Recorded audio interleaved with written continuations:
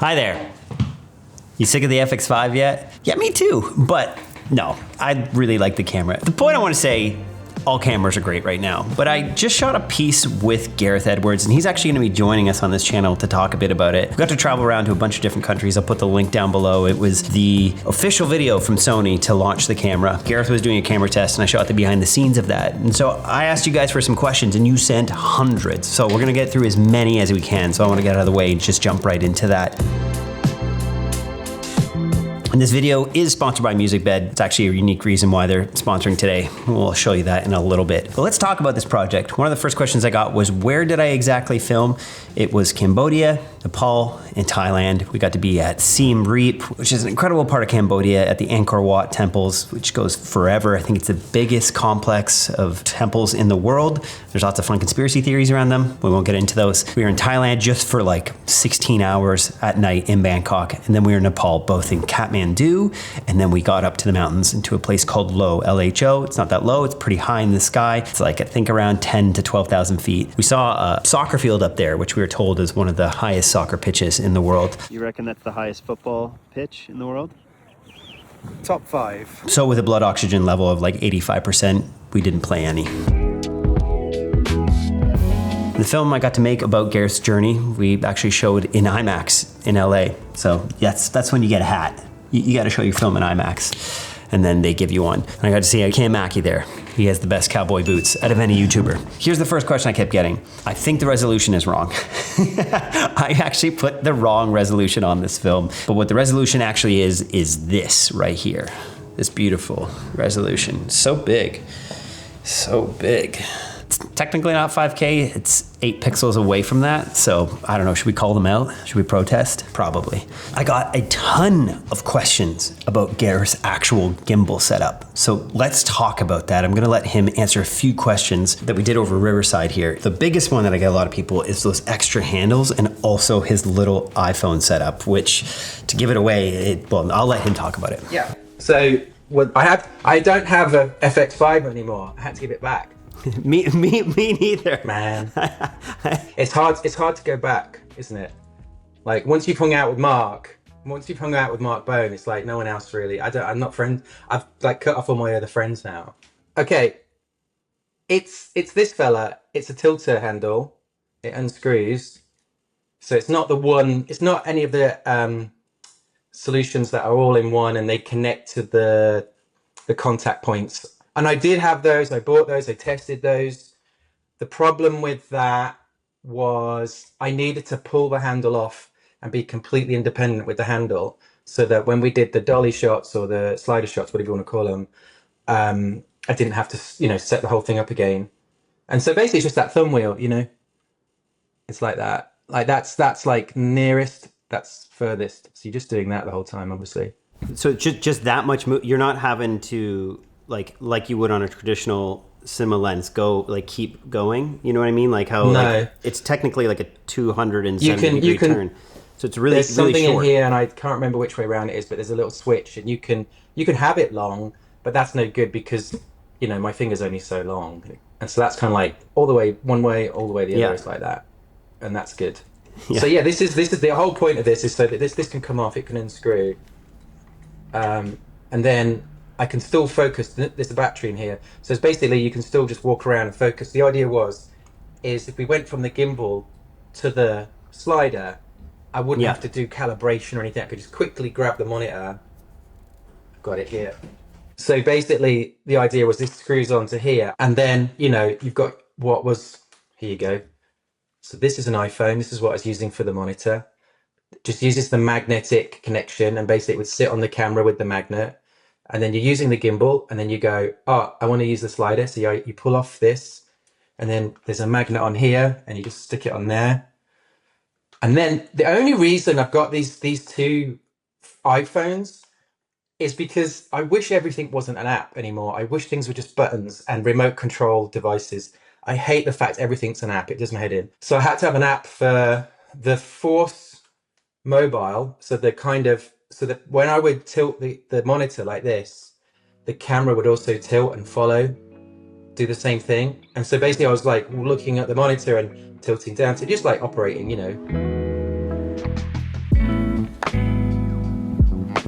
Here's my favorite question, because this is the inspiration for all my films. It's actually why I reached out to Musicbed to sponsor this video. This was from Alicia Connors. I'm a friend of Sarah Connor. She asks, I love the way music complements the edit. Did you search for the tracks after cutting a draft together, or does that music help shape the edit? It's actually a mix of both, but it definitely starts before I shoot. And the more I get into my filmmaking career, the more I'm deciding on the music before I ever go to camera. Since I made like a film like Rescate 10 years ago, the key part of my pre-production is that I'm going to my Musicbed projects and I'm playing those while I do my writing. And my writing for these jobs is often just shot lists. It's like, oh, this would be an interesting shot, this could transition to here. But I have to be listening to the music because that's the only thing I have from the edit at that point. I haven't gone to set yet, so I need something ahead of where I'm at from that film in my pre-production. But I actually take it a step further. Before I'll go to those Musicbed playlists, I'll go on Spotify and I'll just start listening to what's new, or I'll go to some cinematic playlists. And if I find a song on Spotify, chances are I can't license it because it'll be like Hans Zimmer. But I'll take that song and I'll go over to Musicbed to their search by song function, and Musicbed will give me a list of tracks that I can license that are similar to that. Then I'll find one of those songs and I'll click similar, and then that sends me down a rabbit hole of new music. I start building a new project from that music. And then I can download those to my iPhone and listen to those while I'm on the plane, while I'm headed to set. Really get into my edit before I ever begin filming. And if you go watch that final piece I did for Sony, you'll see that there are distinct transitions in the music. And the little hint that I do, kind of the formula I have for my projects, is that the songs all need to contrast from one to another. So you have a build-up song, a reprieve song, another build-up song, another reprieve song, and then a final song is kind of dealer's choice. You can go anywhere with that. So we'll have like a bit of a build up. You can see that in this opening sequence, then a reprieve. We slow down. That's where I love this bell. It's with the gimbal swinging there. To me, when I just serendipitously put that track in our timeline, it sounded like a bell had hit the FX5. And so I forced the editor to do that. Thought it was cool.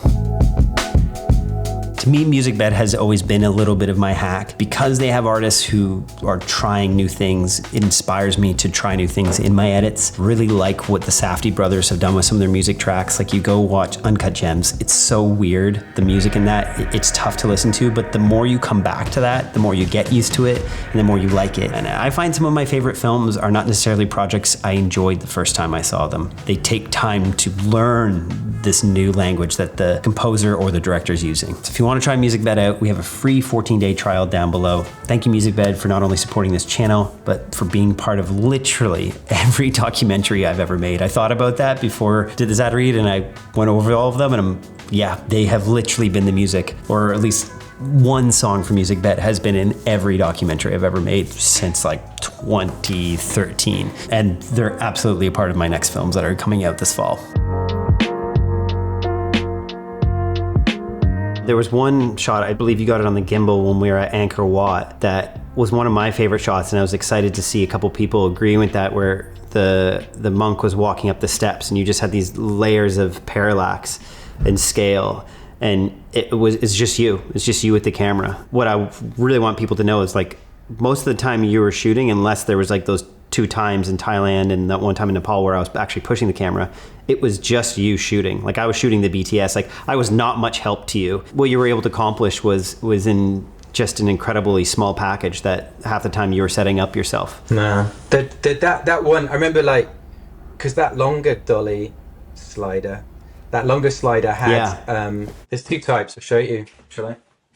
So there was 2 sliders that was used. This is the Syrup Magic Carpet Pro. It does not exist anymore. They do not sell this anymore. You bought them all. You have a monopoly. If you want to rent them off me, just get in touch with Mark. So basically, this is the company was bought from what I understand, it was bought by Manfrotto. They make a smaller version of this, but it's not the same. It doesn't have the flywheel, so it's not as graceful, you know. But I bought it, and then I tried it, and I preferred this. And this basically, this is the thing that fits on here. It's got a flywheel in it. I bought one 2 days ago off eBay. I found a secondhand one. They're very hard to get hold of, and I've got a stack of these rails. They all clip together really easy.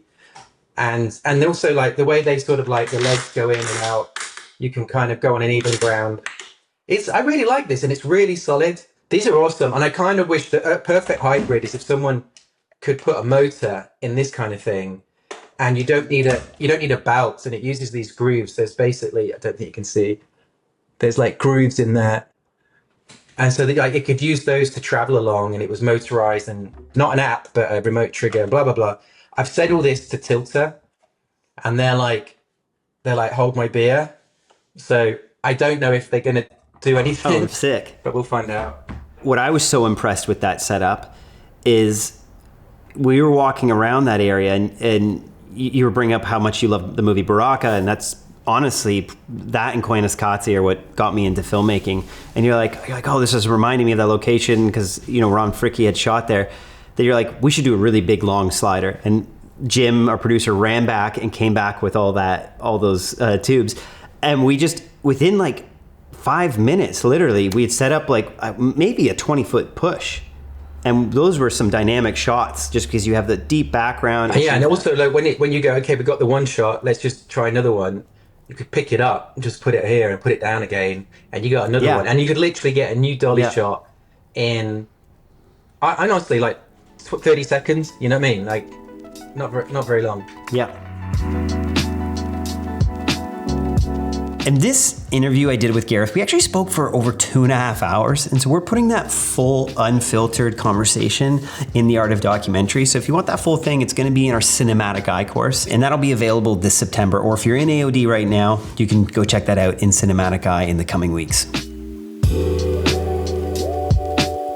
So this question here, it's a long one, but it's about the exposure when you're using your ISO. I'll just say this. I only treat my cameras as if they have 2 to 3 ISOs, whatever the native base ISOs are. I never shoot between those. So in the case of the FX5, I'm only ever using 800, 4000, or 12,800. If you go between those, you're adding or reducing signal noise, and that's where I've just seen issues in the past with my footage. You start seeing grain, it starts getting a little bit booky. It's not worth the risk. It's crazy to me that you change your ISO to adjust your exposure. There's better ways to do that, like adding ND or changing your f-stop. Next question was, what brand of anamorphics were you using? You need to be very specific about this. Gareth was using 2 times anamorphics. He uses one lens. He owns like 5 of them. It's the Kawa lens. He'll talk about that in this video, but he shoots at 2 times anamorphics, which will give you this frame on open gate. But I was shooting 1.5 times anamorphics, so I could use that both on the FX5 and also on the FX6. Essentially, just think of this. 16 by 9 sensors, you're better to shoot at an anamorphic that's 1.5 times to 1.3. If you're on an open gate camera, yeah, you can go to the 2 times because it won't be as narrow, but just avoid 2 times on a 16 by 9 sensor unless you're cropping. Then you're just losing a bunch of resolution. And so I basically rented a whole bunch of lenses. I sort of asked, and since then all these new anamorphics have come out. So this might not be so true, but I sort of rented all these different lenses and I just put them on. I shot a load of stuff, went on a road trip, shot a load of stuff, and basically cut all these shots together, and then found that when I actually examined the shots, I was only using one lens. All the other lenses, I hadn't used the shots. And the reason I hadn't is I just didn't like them, right? And so I was like, okay, well, this is obviously the lens. And so it was a Kowa 2 times anamorphic vintage 75mm. And it didn't look quite like this. This has been rehoused by PNS Technic. And then I used it on the Creator. So I bought one for the Creator. I mean, you shot everything on 75mm. Yeah, because there's this really weird thing that I've noticed that if you want a close up, right, you can move the camera nearer and it's closer, right? Yeah, and if you want a wide shot, you can step backwards and go further away and it's a wide shot. It's complicated. So I just prefer, Monsters was the same. I had a 50mm lens and I just kept it on the camera the whole time, and I went close and I went wide. As in step backwards, came close. So that's how I did it. And I did it on, and Creator was the same thing. Yeah.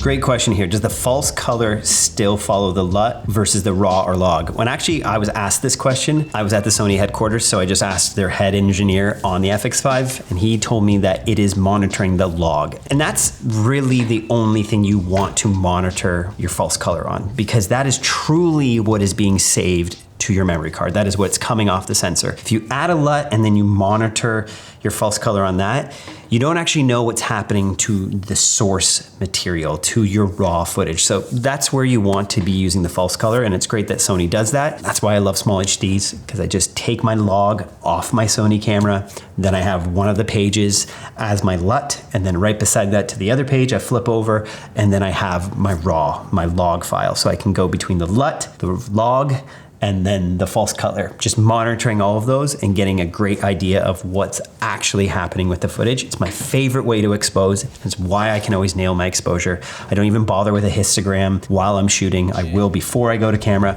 but I want to be able to quickly look at my image. And so I really do hope that Sony swaps the false colors to that small HD style false color, because that is the only way to expose. I have a whole video about that down below. Kim, you just came back from the chapel, and you got tacos? I got tacos. Man, that's a blessed day. Tacos and holy water. I'm confused. What lenses did y'all use on the FX5 to get the creator looking video? Seeing the FX6 on your list confuses me. I thought this video was to show the FX5, what it can do. I think I wanted to actually show you two things. One, you don't need the latest camera to have beautiful images. And two, the cameras can mix. Now that this FX5 has been released, I know a lot of people are probably looking at the cameras they have on their shelf thinking, I really need to upgrade. I know this is the case because I get a lot of DMs from you asking which camera you should buy, panicking. Should I get the ZR? Should I get the FX5? It matters what's in front of the lens. How did Gareth get that crater look? Well, he went back to locations, he shot the crater, and he shot on an anamorphic lens. All that matters is what's in front of the sensor on your camera, and that includes both the lens and the subject. So for all of you watching, please put your energy into the story you're telling. And if that frightens you, it means that's an area you need to work on. And you know I'm gonna shamelessly plug Art of Documentary because that is all we talk about in our course in Academy. But your storytelling is where your entire career should hinge on. It's not the gear, it's what's happening on screen. Do you have a character who wants something, and are we following that? That is all you should be focusing on. And then all the other technology that comes along that should just support that story. That was one of the questions I got asked on my YouTube channel for you was, why did you ever start with the FX3 on these projects, and would you consider the FX5 moving forward? Is that just the case that there's almost less for you to get in the way? Is that the certain, that so you focus on what matters, or is it the fact that you can have more of it to move nimbly? I feel like I might have been affected by the first film I did. I did this low budget film in the Central America, kind of a monster movie, but not. It was anyway. My favorite moments making that was when things would happen, just come into frame. People would act in a way that felt so naturalistic, and I wasn't really controlling it. Because you can do, like, you can have a choice. You can go, I'm going to decide and orchestrate and force everything in front of the camera to be exactly what I'm picturing. And then it can be disappointing because it can feel false. It can feel like a movie, it can feel lit. It can feel all sorts of things. Or you go, the other option is I'll let it go out of control. I'll let it be chaotic. I'll try and find the beauty in it as it unfolds. And I don't have control. It's not what I was picturing. But if I can somehow bend what it was to fit my story, or create a better story based on the ingredients I'm getting, everything just elevates. And I love that way of filmmaking. It's my favorite way to approach all this stuff. There is some parts of some films that I think benefit from being like really guerrilla indie, not massive at all. The thing that was missing in the vocabulary of that approach, the guerrilla approach, was beautiful little dolly shots, like opportunistic little dolly shots. And so the thing I was most excited about on this test was like, can you do run and gun dolly shots? I got really excited by like some of the stuff we managed to do. I was like, it felt like the answer was kind of yes,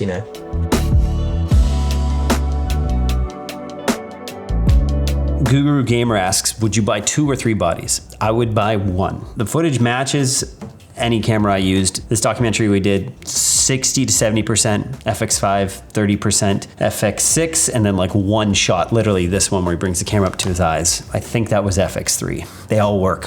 Pat Mary, am I the only one who hates the anamorphic look on YouTube? Probably not, but in this room, Yes, you are.